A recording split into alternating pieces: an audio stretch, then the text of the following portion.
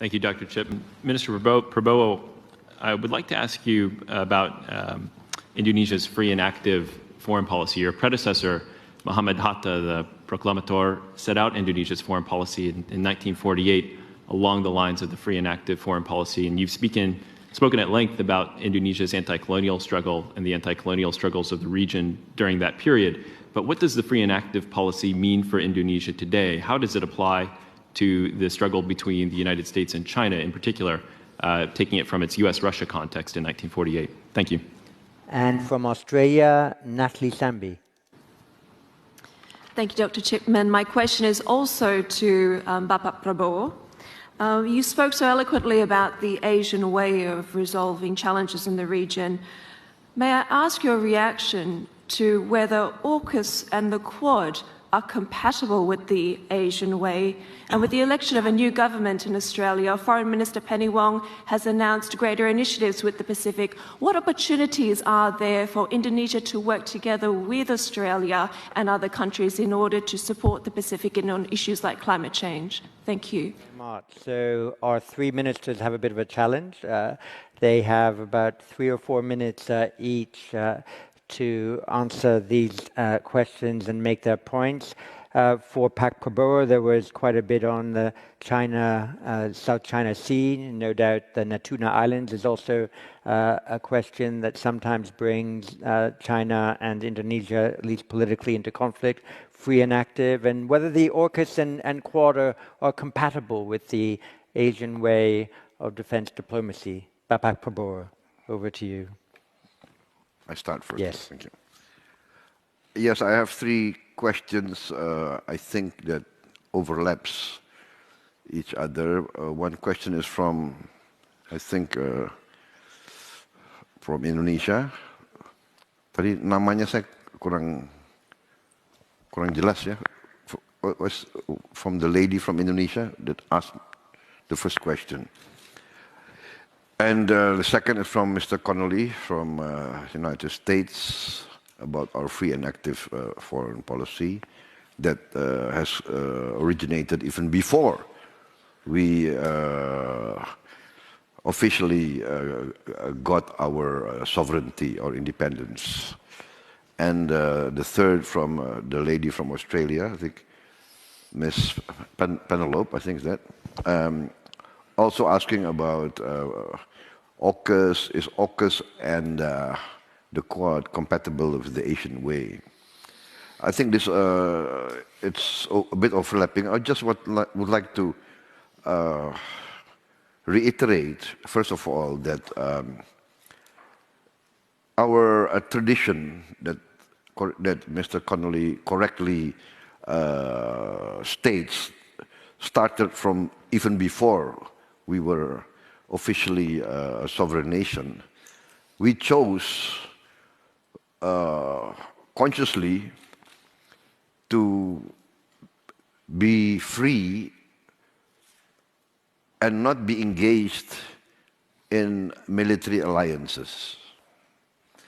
This is because of our outlook that we consider ourselves to respect all major powers and all our neighbors.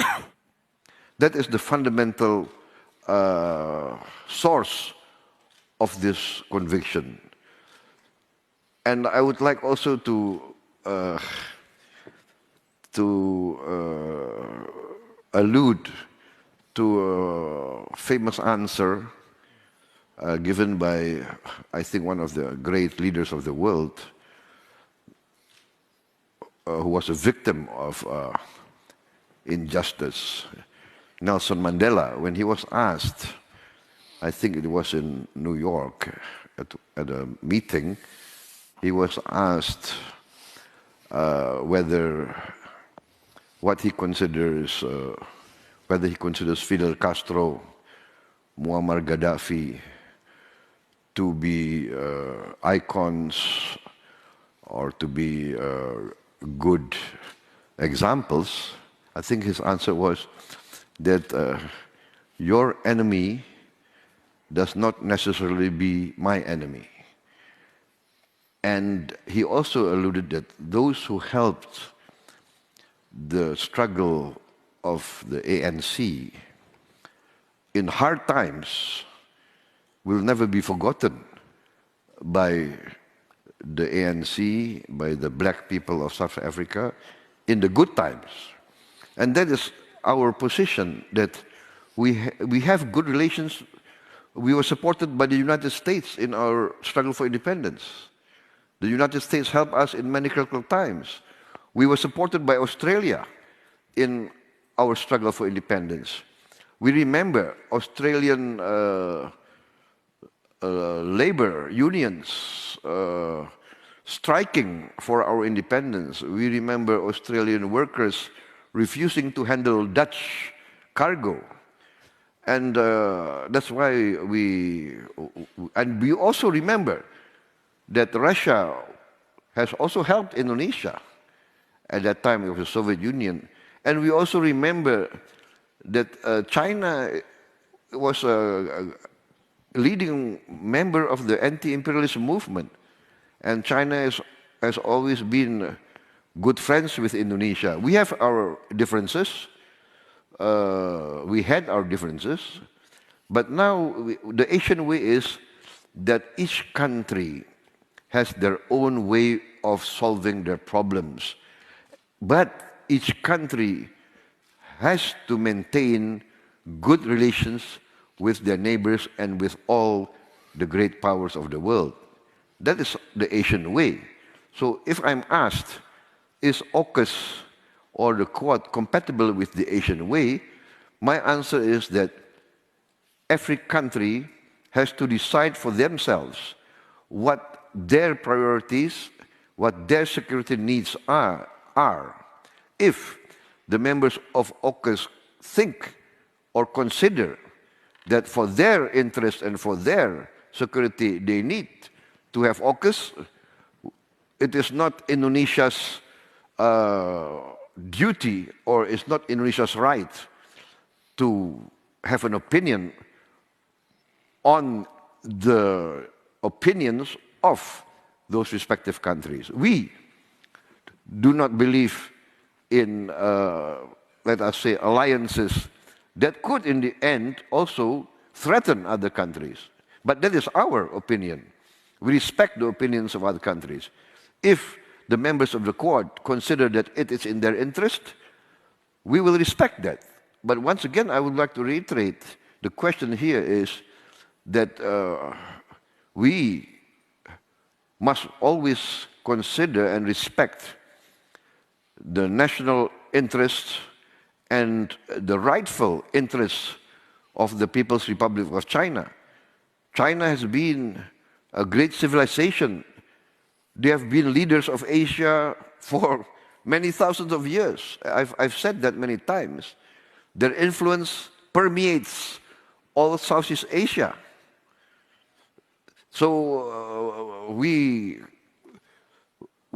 urge everybody to respect the rightful rise of China back to its position as a great civilization.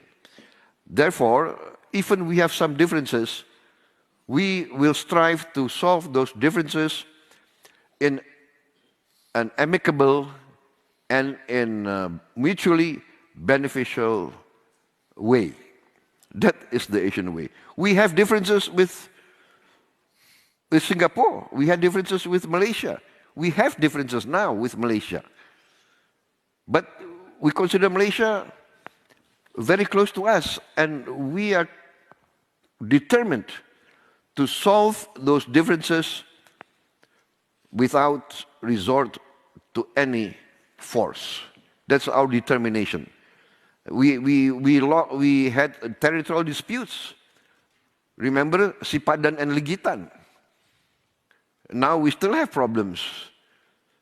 But as I said, I would like to reiterate, Indonesia is determined to resolve the differences with our neighbors without resort to any use of force. We are convinced that with friendly cooperation, everybody wins. Thank you very much.